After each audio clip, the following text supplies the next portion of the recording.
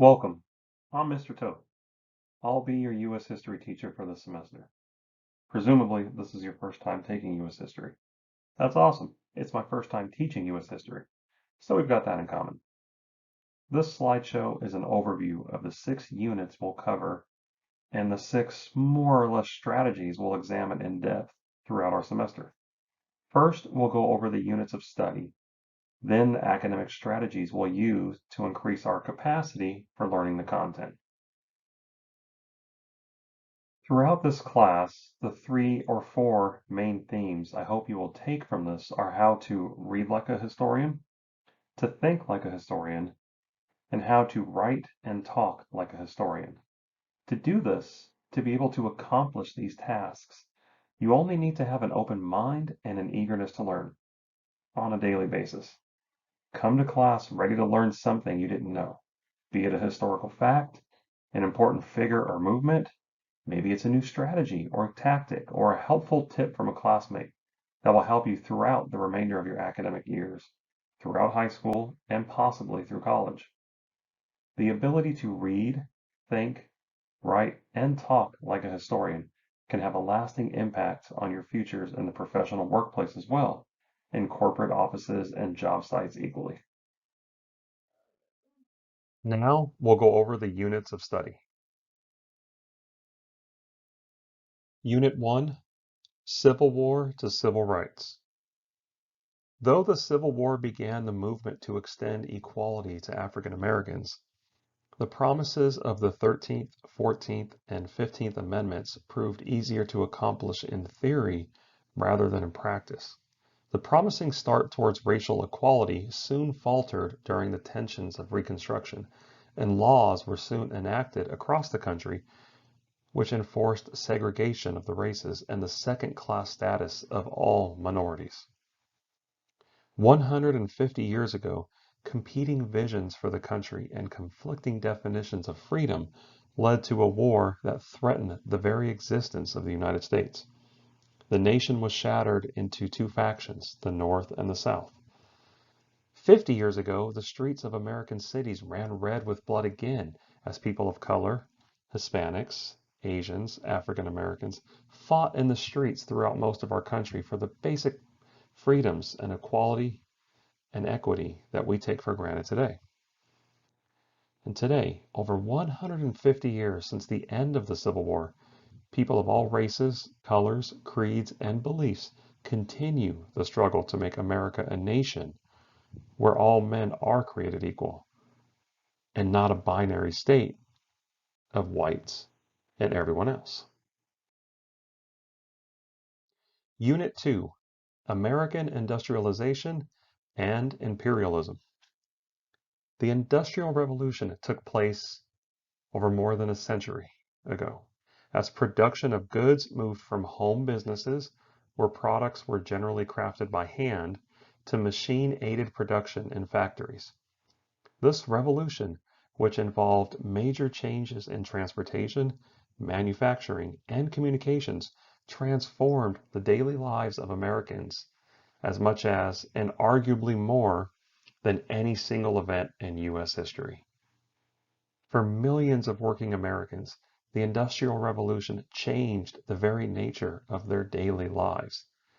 Previously, they might have worked for themselves at home, or in a small shop, or outdoors, crafting raw materials into products, or growing a crop from seed to table. When they took factory jobs, they were working for a large company. The new jobs for the working class were in the cities.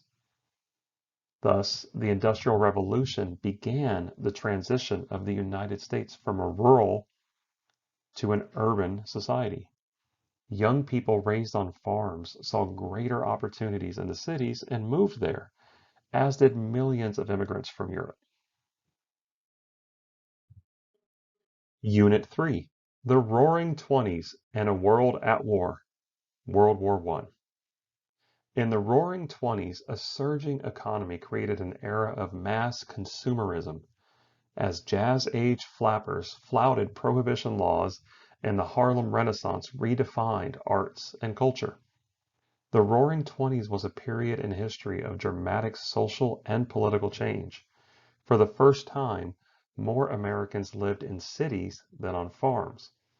The nation's total wealth more than doubled between 1920 and 1929, and this economic growth swept many Americans into an affluent but unfamiliar consumer society. People from coast to coast bought the same goods thanks to nationwide advertising and the spread of chain stores. They listened to the same music and did the same dances. World War I, also known as the Great War, began in 1914 after the assassination of Archduke Franz Ferdinand of Austria. His murder catapulted into a war across Europe that lasted until 1918.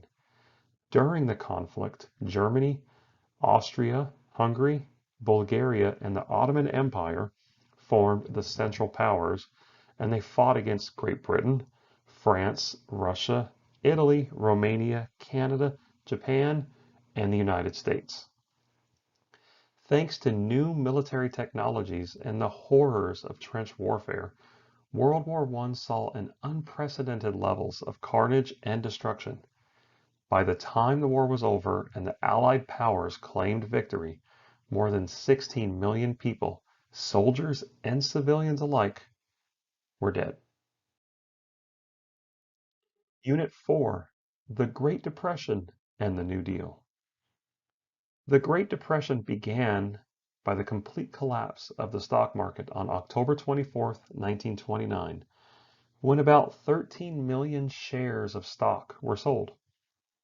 The damage was extended on Tuesday, October 29th, when more than 16 million shares were sold, making the day forever known as Black Tuesday. The value of most shares fell sharply, leaving financial ruin and panic in its wake. There has never been a collapse in the global market that has had such a devastating and long-term effect on the economy. Businesses closed and banks failed by the hundreds due to the collapse, putting millions of people out of work. By 1932, the United States industrial output had been cut in half. 1 in every 4 individuals in the labor force, about 15 million people, were out of work. And there was no such thing as unemployment insurance.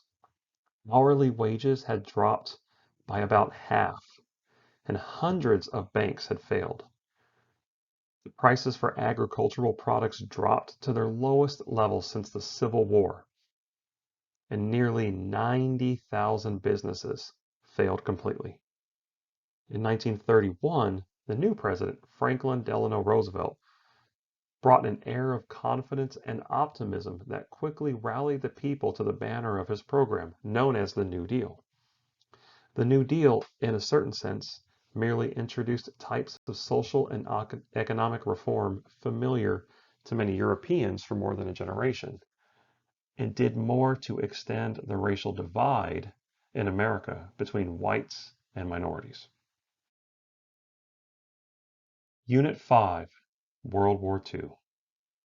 The instability created in Europe by the First World War from 1914 through 1918 set the stage for another international conflict, World War II, which broke out 2 decades later and would prove even more devastating. Rising to power in an economically and politically unstable Germany, Adolf Hitler, leader of the Nazi Party, rearmed the nation and signed strategic treaties with Italy and Japan to further his ambitions of world domination. Hitler's invasion of Poland in September of 1939 drove Great Britain and France to declare war on Germany, marking the beginning of World War II. Over the next 6 years, the conflict would take more lives and destroy more land and property around the globe than any previous war. Among the estimated 45 to 60 million people who were killed, 6 million of them were Jewish individuals who were murdered in Nazi concentration camps as part of Hitler's diabolical final solution, commonly known as the Holocaust. On December 7, 1941, 360 Japanese aircraft attacked the major U.S. naval base at Pearl Harbor in Hawaii, taking the Americans completely by surprise and claiming the lives of more than 2,300 troops. The attack on Pearl Harbor served to unify American public opinion in favor of entering World War II. And on December 8th, Congress declared war on Japan with only one dissenting vote. Germany and the other Axis powers promptly declared war on the United States. Unit 6, the Cold War. The Cold War, the open yet restricted rivalry that developed after World War II between the United States and the Soviet Union and their respective allies, was waged on political, economic, and propaganda fronts and had only limited recourse to weapons. The Cold War reached its peak between 1948 and 1953. In this period, the Soviets unsuccessfully blockaded the Western-held sectors of West Berlin. The United States and its European allies formed the North Atlantic Treaty Organization, or NATO, a unified military command to resist the Soviet presence in Europe. The Soviets exploded their first atomic warhead in 1949, ending the American monopoly on the atomic bomb. The Chinese Communists came to power in mainland China also in 1949. And the Soviet-supported Communist government of North Korea invaded the US-supported South Korea in 1950, setting off an indecisive Korean War that lasted until 1953. Throughout the Cold War, the United States and the Soviet Union avoided direct military confrontation in Europe and engaged in actual combat operations only to keep allies from defecting to the other side, or to overthrow them after they had done so. Thus, the Soviet Union sent troops to preserve communist rule in East Germany in 1953, in Hungary and Czechoslovakia in 1956, and Afghanistan in 1979. For its part, the United States helped overthrow a left-wing government in Guatemala in 1954 and supported an unsuccessful invasion of Cuba in 1961, invaded the Dominican Republic and Grenada in 1965 and 1983, and undertook a long and unsuccessful effort to prevent communist North Vietnam from bringing South Vietnam under its rule between 1964 and 1975. Now we'll go over the academic strategies we'll use to increase our capacity for learning the content. Focused note-taking. The primary source of information in the class will be presented in two formats.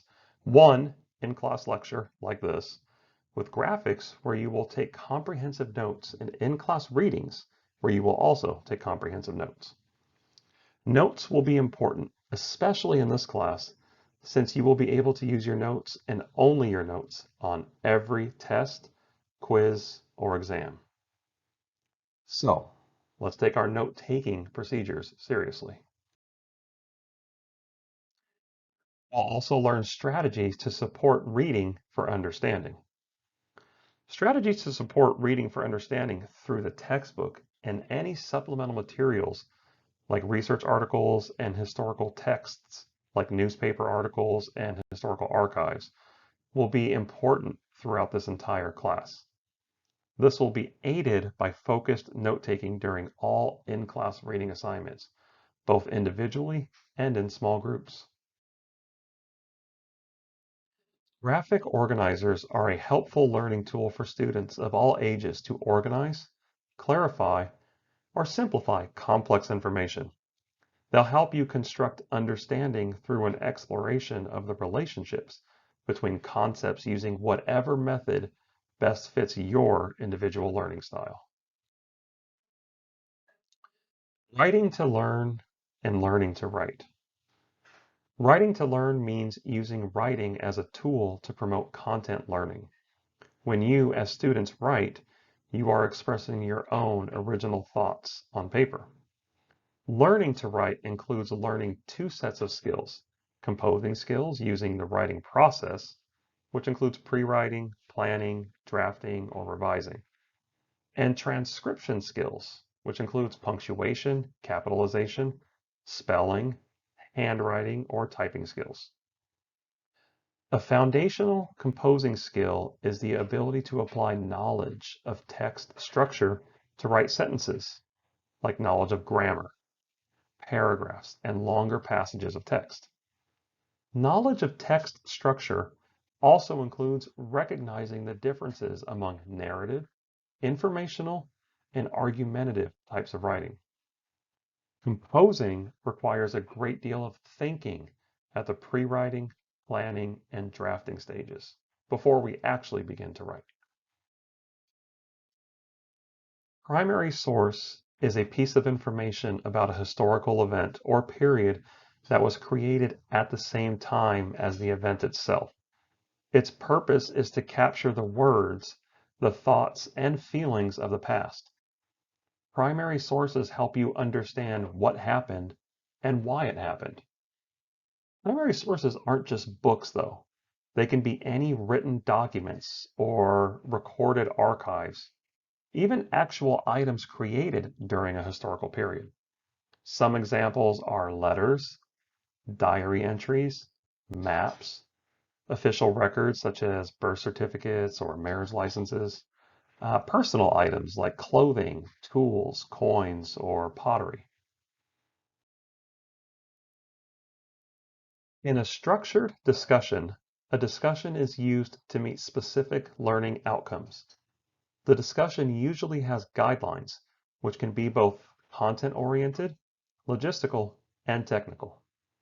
In a structured discussion, each participant has a chance to voice their comments about the various topics and/or questions. This might include what they see as the particular strengths or weaknesses, likely impacts, or major concerns of the topic at hand. Presentations Part 1 concerns oral presentations. What is an oral presentation? Oral presentations are known as a type of public speaking, or simply presentations. They consist of an individual or group verbally addressing an audience on a particular topic. The aim of this is to educate, inform, entertain, or present an argument to your peers. Presentations Part 2. Google Slides, like the slideshow you are viewing right now, can be a powerful presentation tool, and when used correctly, can satisfy the presentation component of this class, especially when we're working in a group setting or format. Presentations Part 3. YouTube, right? Who doesn't know what YouTube is? YouTube can be a great presentation tool. You can, if applicable, record your individual or group presentation, edit the video, add effects, music, graphics, if they support your presentation, and save it to YouTube. And you're good. If you or your group decides to choose this method, you simply need to email me the file before the required due date, and we'll view the presentation in class. So you will not have to present live in class in front of your peers. Finally, presentations Part 4, and the last skill that we'll be working on this year. Presentations Part 4 concerns adventures in mixed media art. Mixed media is a type of artwork that mixes different media or materials into one piece. For example, a piece of art that combines an acrylic painting with fabric and paper is mixed media art. When presented with a description of the art, like a caption, and its significance to the assignment, this can be a very compelling type of presentation, and we will utilize this in every unit throughout this class.